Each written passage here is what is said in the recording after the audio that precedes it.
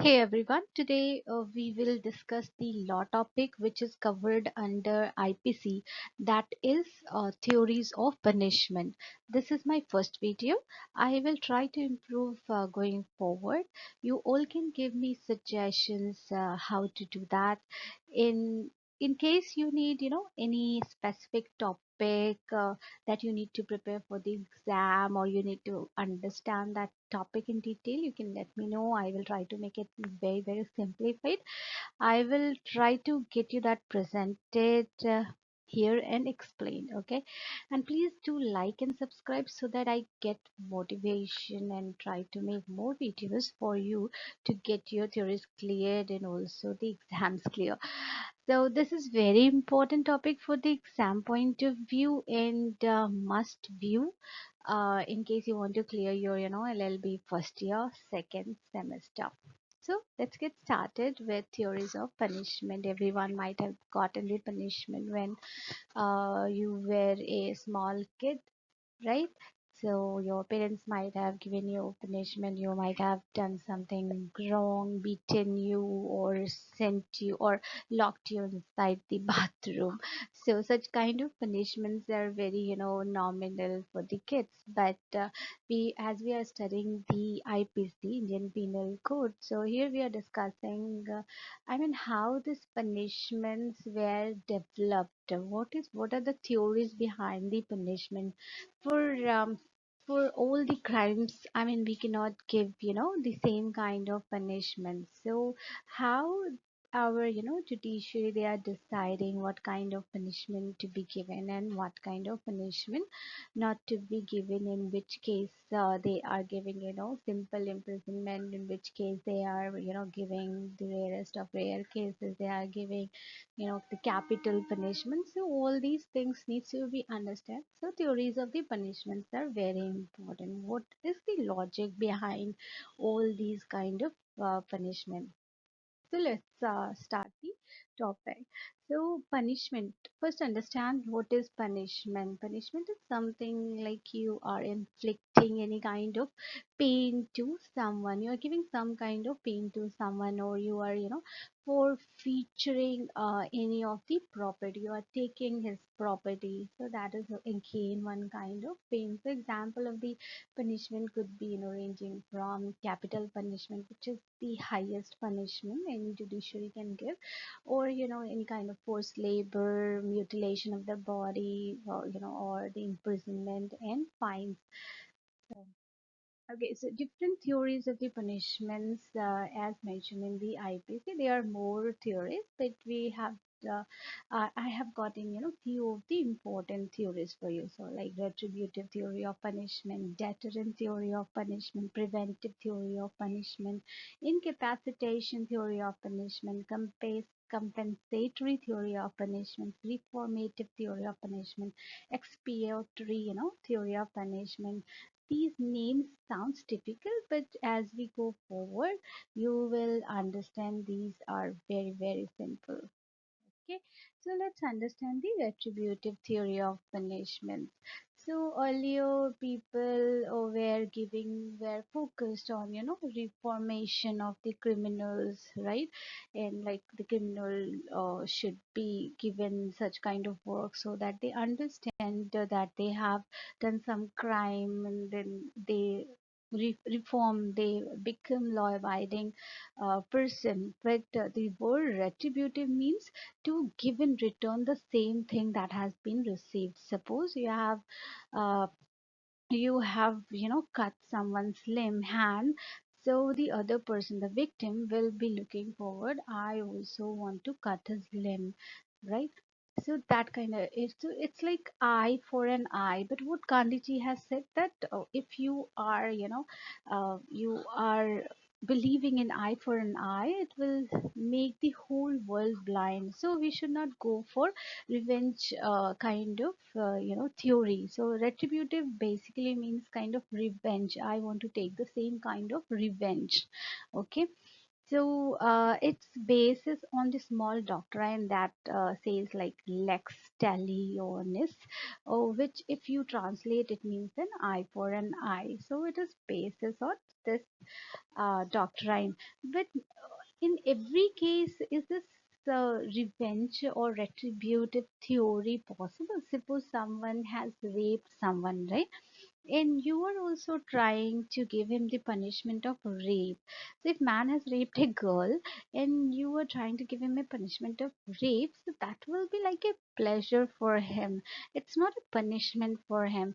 So it's not always like for rape you are giving rape as a punishment, but if you're also giving capital punishment to that person, that is also a retributive measure. So what are the drawbacks? So there are two drawbacks that I've gotten. It seems like sometimes it may become disproportionate with the seriousness of the crime. As I mentioned, for rape, we cannot keep rape as the punishment. Society also develops the feeling of vengeance and destructive tendencies follows. If you are trying to take revenge with every person, suppose someone has thrown a stone on your house, you will also throw a stone and then the fight will start. So it's like it's a kind of destructive tendency that will follow in the society.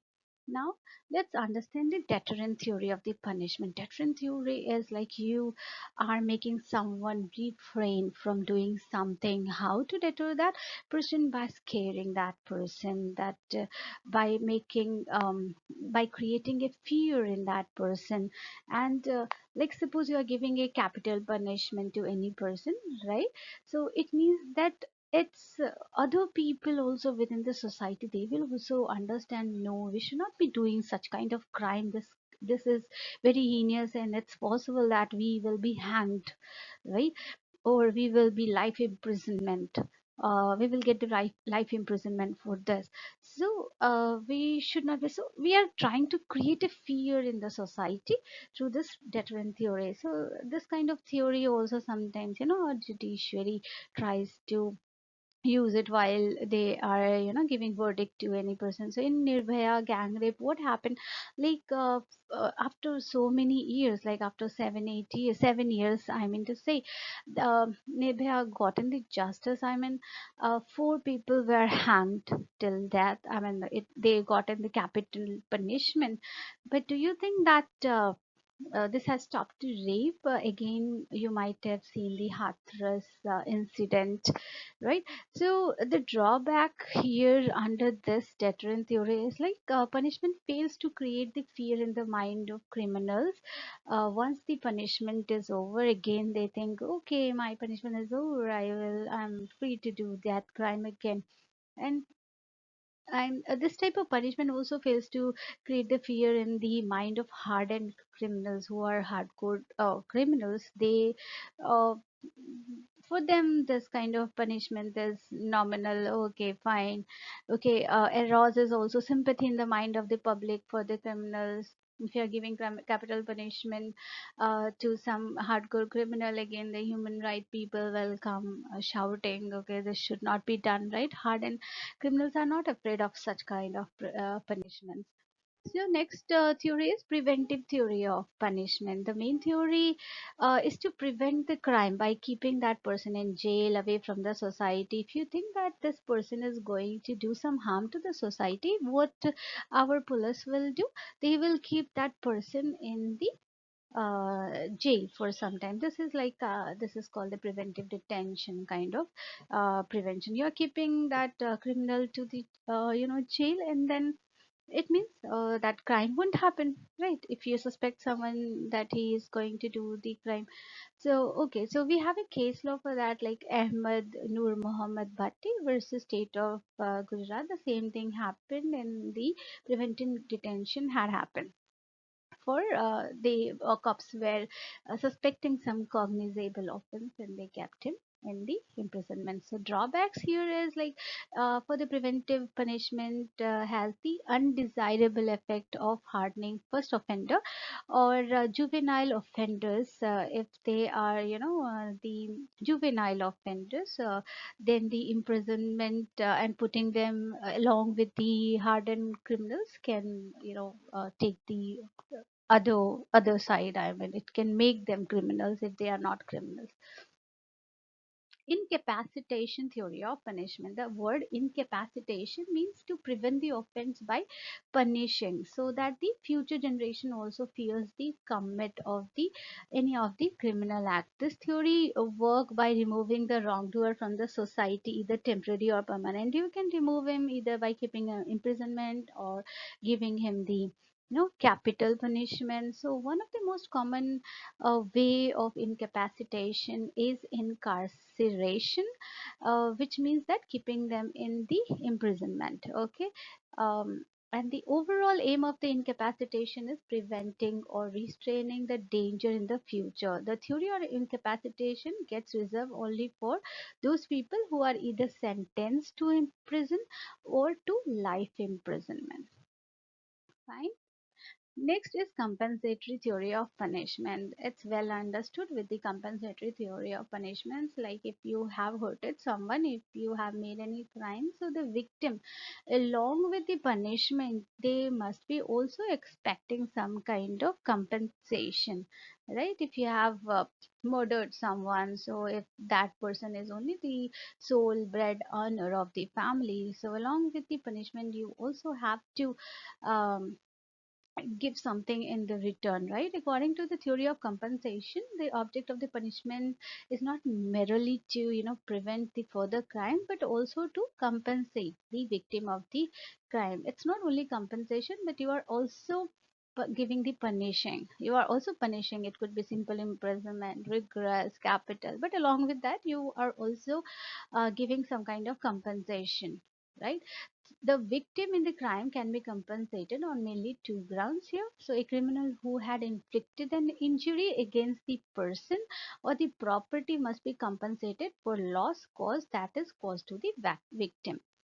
A state that has failed to provide any safety towards its citizens must receive, they also should receive compensation for the loss caused. So, DK Basu versus the state of West Bengal, we have the case here where Apex Court held that the victim who is under the custodial rights has a very right to get compensated as her right to life, which is under Article 21 of the Constitution, has been breached by the officer of the state. I mean, the condition of the prisoners were not good, and then DK Basu filed a case. So you should go and read that case. And then we have the reformative theory of the punishment. Here we are giving chance to the criminals to get reformed to become a law abiding citizen. So object of the punishment is the reformation of the criminals, tries to bring a change in the attitude of the offender so as to rehabilitate him or as a law abiding member of the society. What our law says, that hate the sin but not the sinner. So crime is the mental disease and it's caused by different antisocial elements. Hence, the mental cure of the criminals rather than avoiding punishment will serve the purpose. If the criminals are educated and trained, they will be competent to behave well in the society. The criminal must be educated and taught some kind of art, craft. Here they are taught something so that during their imprisonment, so that when they come out they become a responsible and respectable citizen when they come out of the jail. So while avoiding the punishment, judge also study the character and the age of the offender and the family background, his education, environment, circumstances under which he has committed the crime, and the motive which prompted him for indulge in such kind of criminal activity, etc. So such kind of things should be seen. And drawbacks, I mean, this kind of punishment works mainly for the juvenile uh, criminals, right? Like for 15, 16, 17-year young people, if they do some kind of offense, these kind of punishment will help them. If criminals drawback is like if criminals are sent to prison to be transformed into good citizen, a prison will no longer be a prison but a dwelling house. I mean, many people, they don't have houses outside, so they what they think like, okay, we are getting a chance to stay in the prison, maybe we will get a good food, good life. So we also get a chance to earn something, so it's good like we stay in the jail than outside. So if every citizen are given the same kind of chances, I mean the jail prison will no longer be a prison but a dwelling house for those. So I mean this only works only for the young offenders. Now, here is the expiatory theory. Expiatory theory of the punishment is based on the moral. Suppose someone realize, okay, I did a bigger mistake by doing this offense, right? According to the theory, if they are they repent, they realizes that what mistake they have done, so they must be forgiven. Because such kind of people, what happens, they realize inside and then they go do suicide, they go in depression after doing such kind of offense if it happens by them. So expiatory theory of the punishment was prevalent in ancient, most of the time it was mostly done in, given in ancient Indian criminal law. And expiations were performed by way of uttering mantras or fasting or even burning oneself to death. So our judiciary system is based on let go 100 guilty rather to punish an innocent. So that's the conclusion. Our judicial system is very liberal, and they see all these scenarios, circumstances, and they feel like, I mean, let go 100 guilty, but we should not be punishing one innocent person. So, thank you. Thank you so much, everyone. So, if you like it, please do like and subscribe my channel. Thank you once again. I will get you some other video soon. Right. Thanks.